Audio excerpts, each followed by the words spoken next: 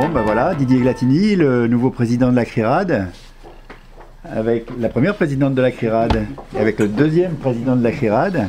Malheureusement, les petits problèmes de SNCF font qu'effectivement, M. Naoto Kan ne pourra pas être là pour la conférence de presse. Ça décale un peu tout dans la journée, mais bon, tant pis, on maintient quand même notre planning. Donc, petite conférence de presse pour présenter un petit peu le travail qui a été fait de la CRIRAD avec le Japon. Mais ça, c'est plus Bruno qui va vous en parler. Donc, je vais lui laisser la parole tout de suite, comme ça, il va pouvoir vous expliquer un petit peu tout. Au moment de la catastrophe de Fukushima 2011, c'était un vendredi, le 11 mars 2011, le tremblement de terre, le tsunami. Et il a été tout de suite connu que la centrale de Fukushima avait des problèmes de refroidissement. Donc la CRIRAD a fait un mail immédiatement à ses adhérents en disant « Attention, perte de refroidissement sur un réacteur ou plusieurs, ça peut être quelque chose de catastrophique. » Et on n'aurait jamais imaginé que ça allait être catastrophique à ce point-là, puisque vous le savez, au total, 4 réacteurs ont été endommagés, 2 cœurs de réacteurs ont fondu.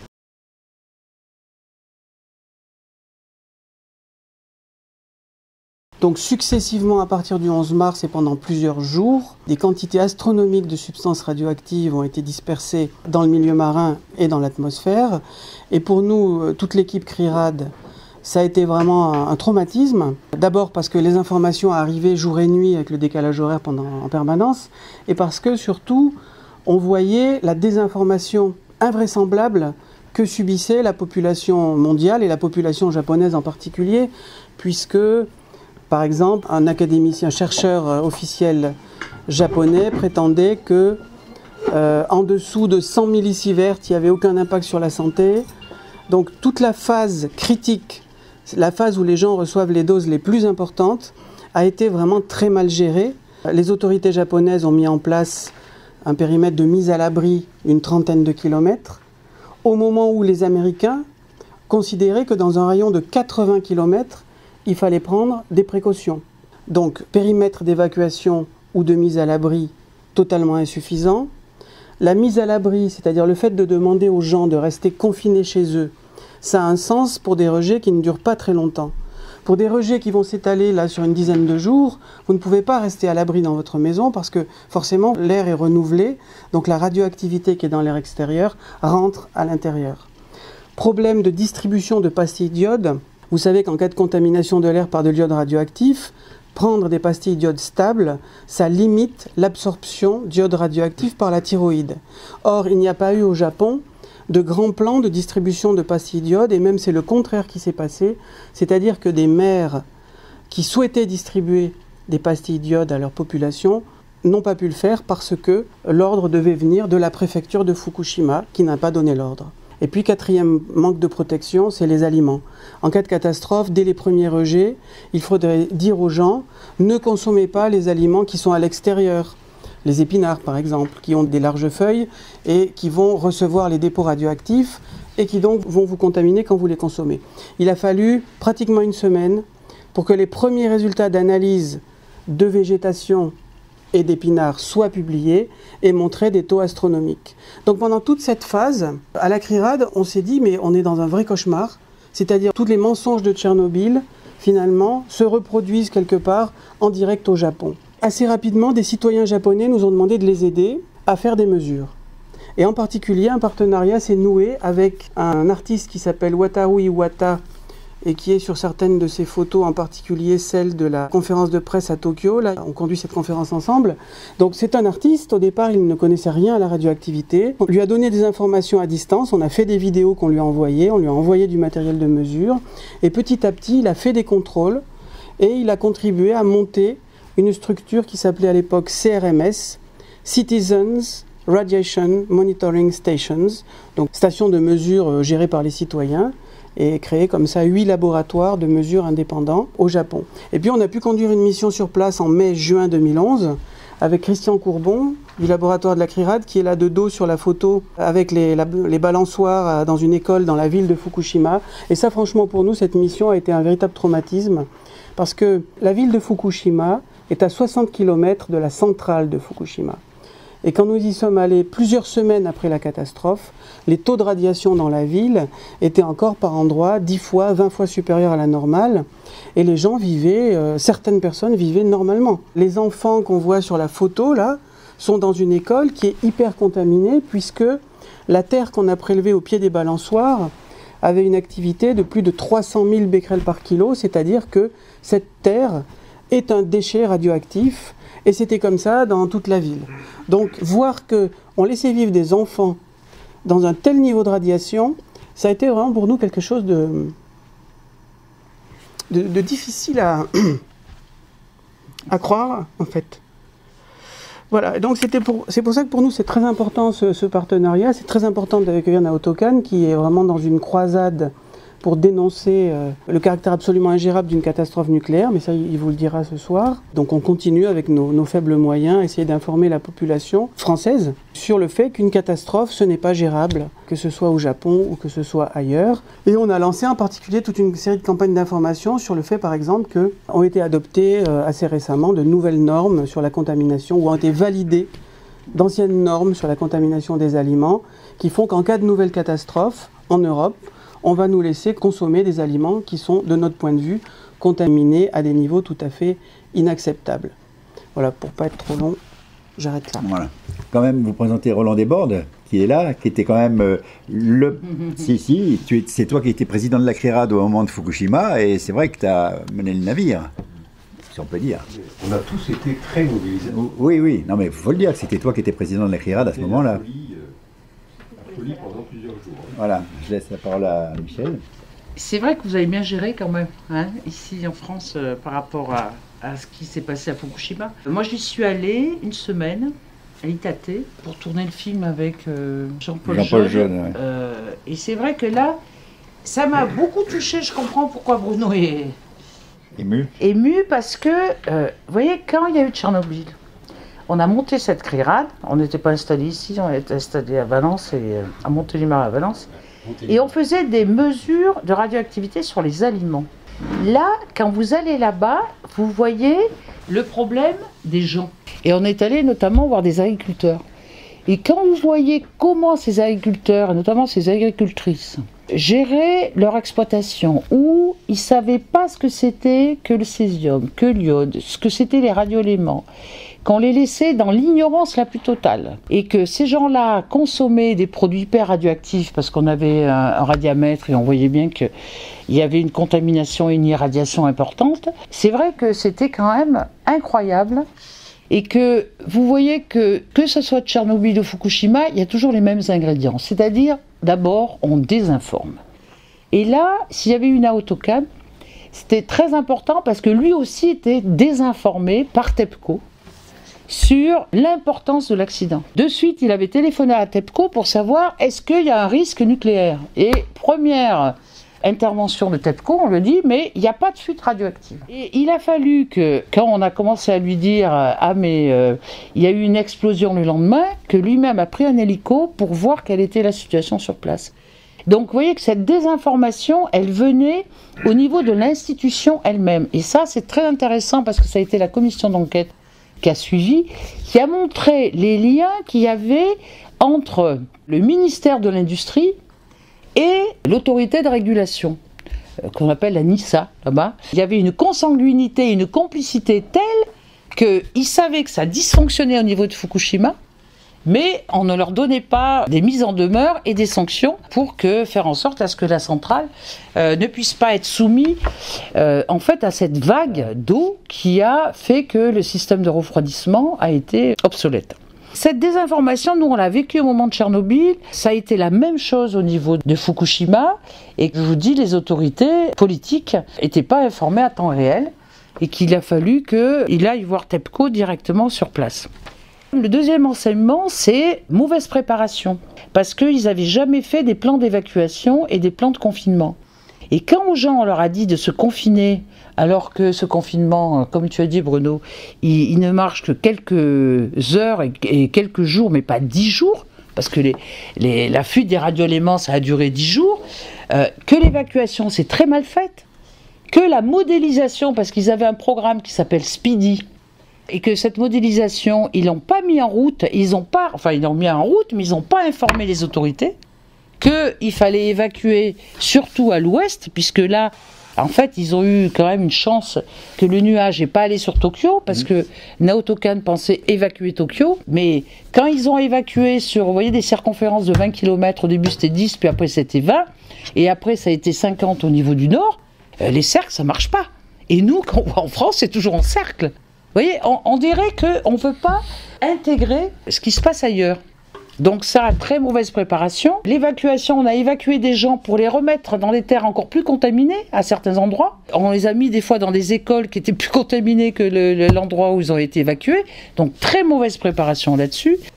Il y a eu aussi, moi ce qui m'a beaucoup touchée, c'est que les médecins et les infirmières se sont barrés. Il y a eu énormément de morts dans les hôpitaux. Les personnes handicapées ont été laissées sur place. Et il y a eu des centaines de morts dues à ça. J'avais les chiffres, c'était assez impressionnant de voir, si ça vous intéresse, parce que vraiment, moi j'ai été très touchée par ça. Et on va avoir la même chose ici. D'ailleurs, je leur dis souvent, combien de gens vont rester sur place? Quand vous connaissez les risques, bien, vous voyez, l'enquête qui avait été faite a révélé que 125 médecins à temps plein avaient démissionné de 24 hôpitaux de la province de Fukushima, soit plus de 12% des médecins travaillant dans ces institutions. Et quant aux infirmières, 407 d'entre elles ont quitté leur poste dans 42 hôpitaux et centres de soins à la préfecture de Fukushima. Et en plus, les travailleurs du nucléaire voulaient partir. TEPCO voulait leur dire, vous partez de la centrale. Et c'est Naoto Kan qui les a obligés à rester dans la centrale.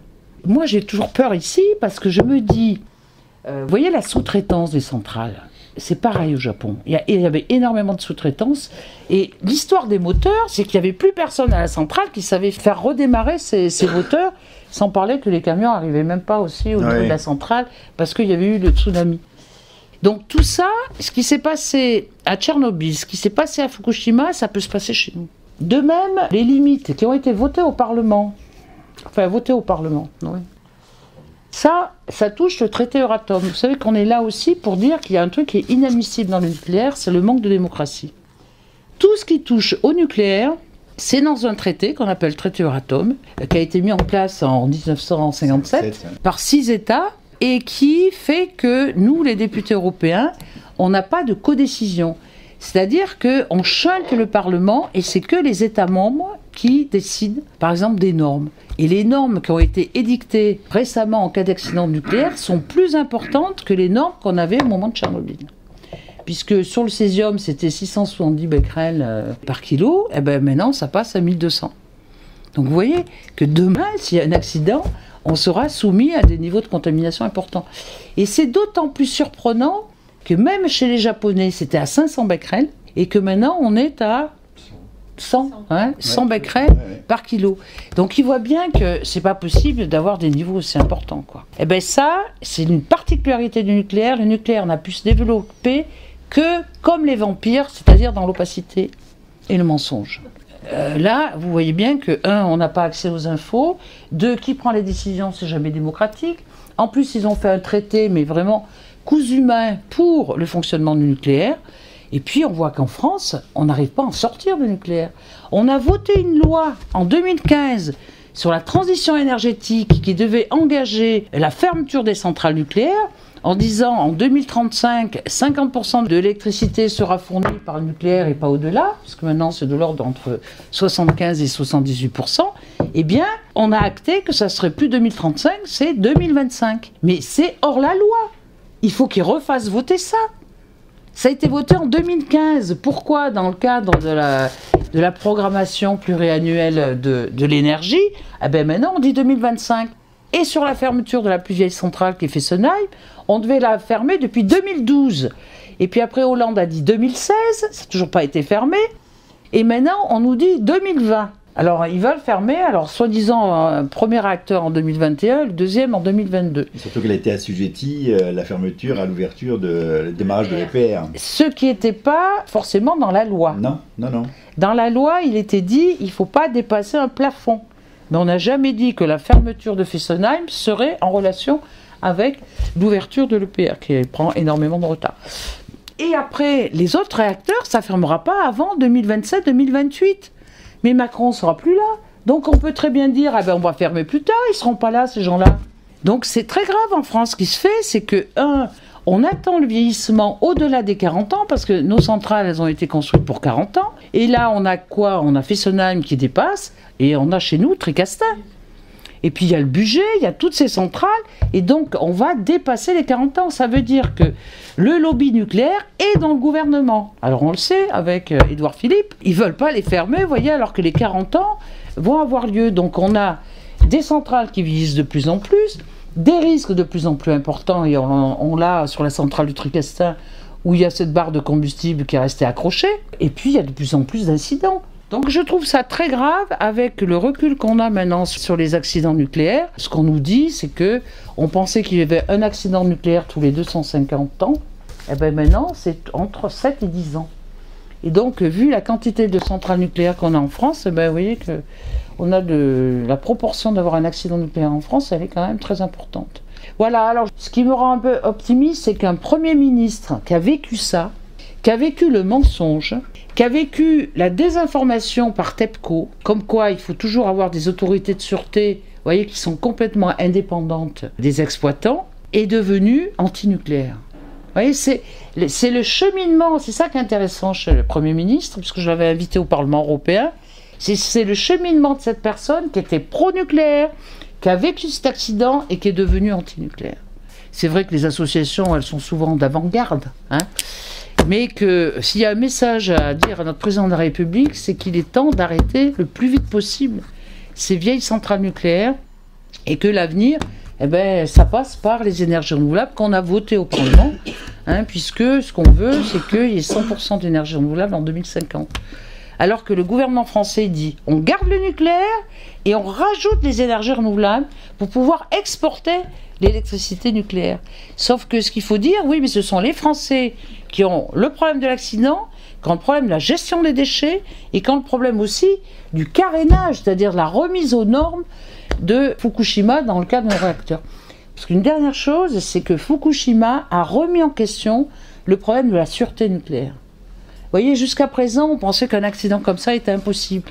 Mais l'histoire que l'eau, qu'elle soit l'eau du tsunami, vous voyez, au Japon, ou que ça soit l'eau du Rhin, où la centrale est en dessous, qu'il y ait une rupture de la digue due à un séisme, vu qu'on est quand même dans une zone sismique, eh bien on se retrouve dans la même configuration, c'est-à-dire que toute l'eau du canal va aller s'engouffrer au niveau de la centrale, et tous les systèmes pour refroidir le cœur, eh bien, seront inondés. Et là, vous n'avez plus d'électricité. S'il n'y a plus d'électricité, il y a fusion du cœur. Et ça peut se passer au niveau de Tricastin, pareil. Donc cet accident a énormément fait évoluer les normes de sûreté.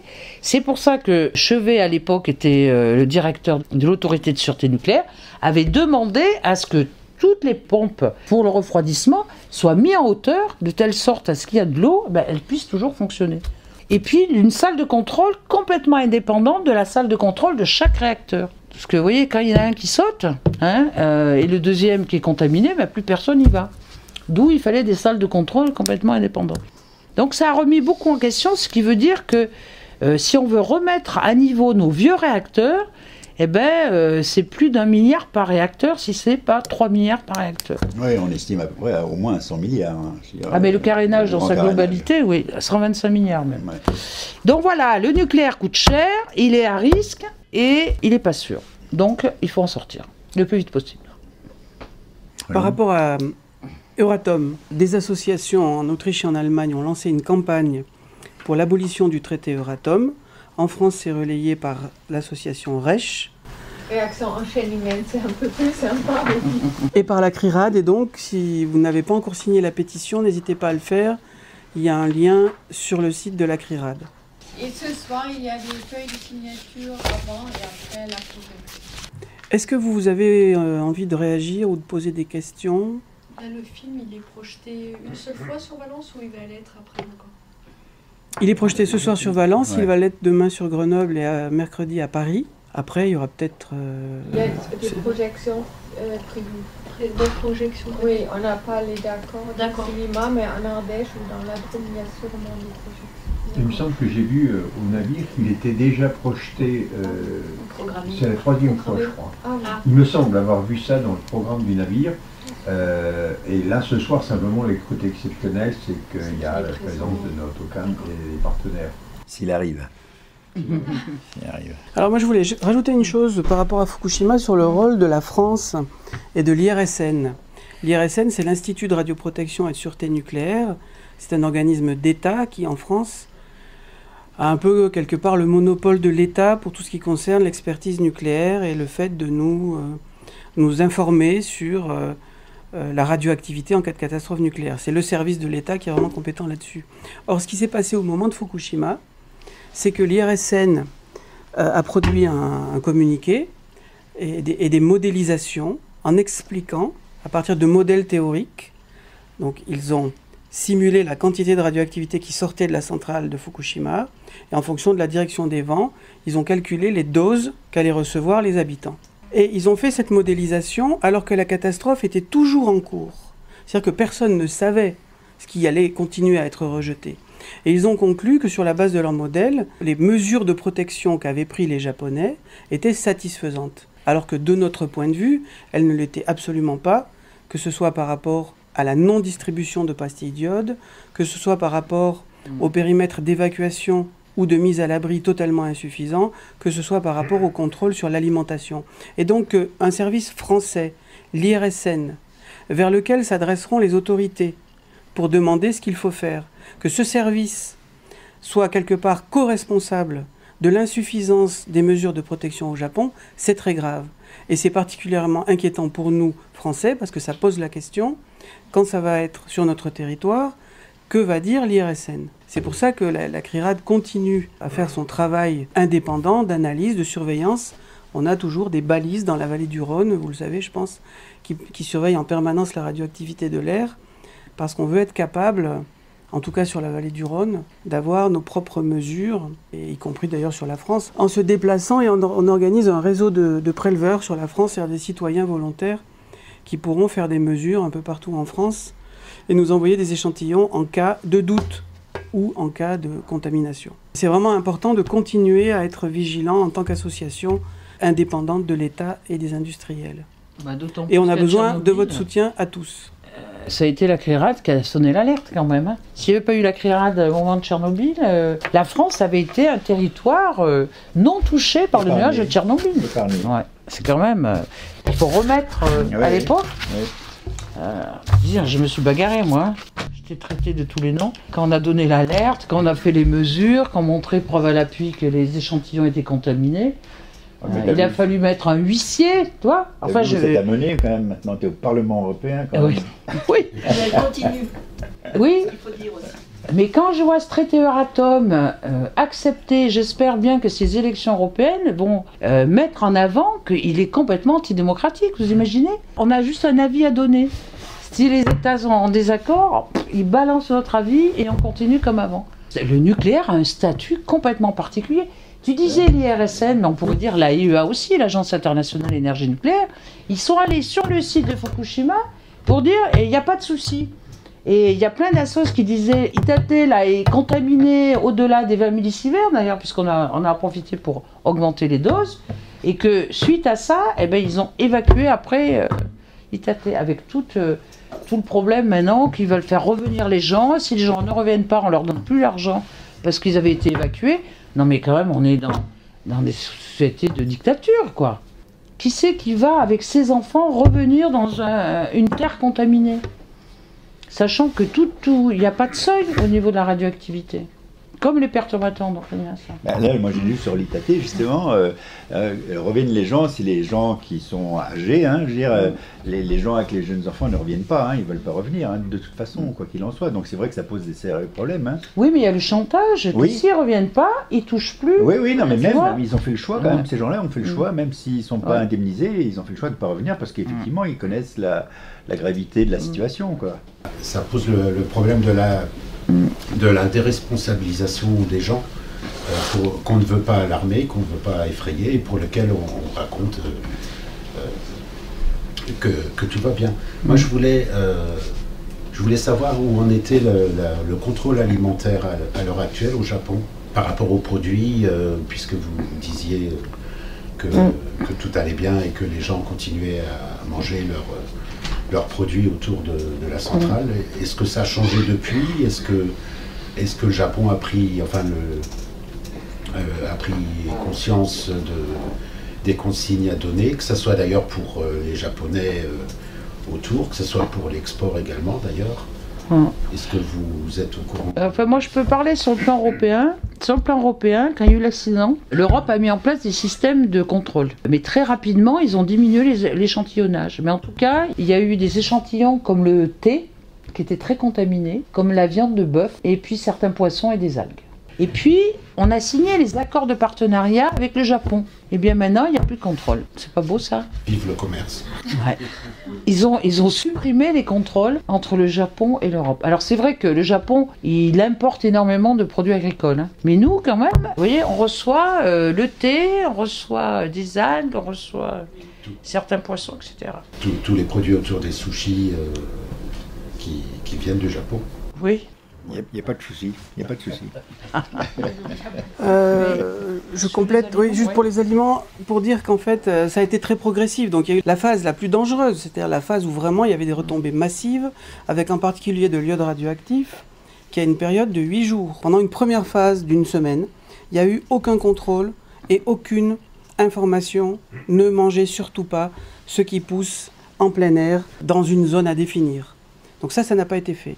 Or, les premières mesures qui sont arrivées, on va dire une semaine après, un peu plus, montraient que, par exemple à Itate, certains végétaux étaient contaminés à des niveaux de millions de becquerels par kilo. Ça veut dire qu'en mangeant quelques grammes, une personne relativement jeune en particulier, pouvait dépasser la dose maximale admissible à la thyroïde en quelques grammes. Donc là, laisser consommer ça, c'est complètement criminel. Après, petit à petit, les autorités japonaises ont mis en place des contrôles, mais avec un seuil, disons, pour les aliments communs, un seuil de 500 becquerels par kilo, qui peut être discuté. 500 becquerels par kilo en césium, c'est pas rien. Bon, je ne veux pas entrer dans les détails. La méthode de contrôle était insuffisante au niveau à la fois spatial, parce qu'il n'y a pas que la préfecture de Fukushima qui a été touchée. Les retombées sont allées au sud jusqu'à Tokyo et au-delà. Donc des contrôles insuffisants, mais surtout au début, des contrôles qui prévoyaient qu'il était interdit de commercialiser les aliments qui dépassaient des normes, mais il n'a pas été assez dit, il ne faut pas les manger.